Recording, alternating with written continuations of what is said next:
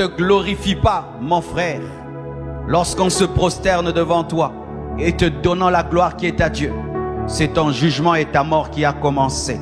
L'ange connaissait la chute de Lucifer, que Lucifer était tombé pour des choses comme celle-ci. Ce sont ces choses qui ont transformé Lucifer en Satan.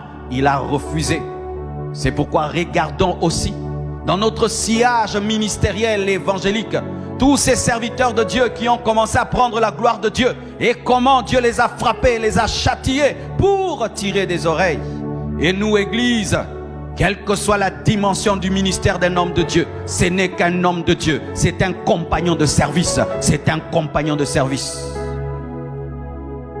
Quels que soient les miracles et les prodiges qui accompagnent un homme de Dieu, quelles que soient les révélations qui accompagnent son ministère, ce n'est qu'un compagnon de service. Arrêtez de donner la gloire qui revient à Dieu aux hommes. Pourquoi tu ne vas pas à l'église? Le pasteur ne va pas prêcher. Pourquoi tu es triste? J'étais venu pour tel homme de Dieu, il n'est pas venu. C'est ça l'idolâtrie dans les églises. Jésus est là, mais on est triste que son serviteur ne soit pas là. Si tu viens chez moi à la maison et tu ne trouves pas mon jardinier et je suis là, est-ce que tu seras déçu? Tu ne seras pas déçu parce que le pasteur est là, même si son jardinier n'est pas là. Mais combien de fois nous venons à l'église, le pasteur a voyagé, le pasteur ne prêche plus, le pasteur est malade et nous sommes mal à l'aise alors que Jésus est là, de l'idolâtrie. Et les hommes de Dieu se plaisent à cela. Quand moi je ne suis pas là, l'église sèche. Quand moi je ne fais pas ceci dans le département, quand moi je ne chante pas, il n'y a pas l'onction dans la chorale. Quand moi je ne travaille pas au département, et c'est mort, tu es maudit, tu es sous la malédiction parce que tu as pris la gloire de Dieu. Ne vous réjouissez jamais d'être indispensable. Ne vous réjouissez jamais, jamais que les hommes commencent à vous regarder comme des dieux, alors que vous-même vous savez que vous êtes des hommes. L'ange n'a pas oublié qu'il était une créature.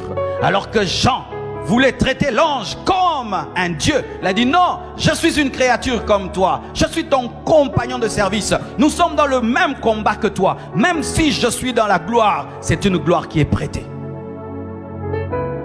Que l'onction ne te trompe pas, mon frère. Que les miracles ne te trompent pas. Et chaque fois que les miracles veulent te tromper, rappelle-toi que tu étais un païen.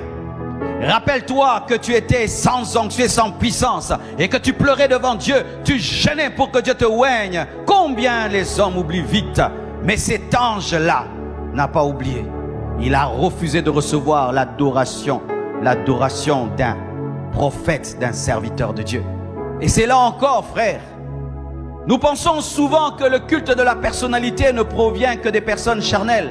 Non, Jean était un homme spirituel. C'était le disciple le plus aimé de Jésus-Christ. Mais malgré cela, il est tombé dans le piège de l'idolâtrie.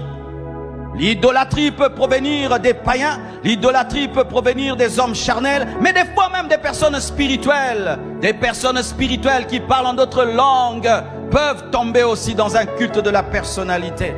Combien de ministères aujourd'hui sont détruits parce que les fils spirituels qui sont très spirituels autour du pasteur commencent à remplir sa tête d'orgueil. Toi tu es terrible, toi tu enseignes plus que les autres, tu crains Dieu plus que les autres, ton ministère est plus excellent que les autres, et ça te gonfle la tête au lieu de dire non, nous sommes comme tous les autres mais Dieu nous a fait grâce. Les anges servent Dieu dans la loyauté. Ils refusent de toucher à sa gloire. Ils gardent leur position. Ils servent Dieu dans la fidélité.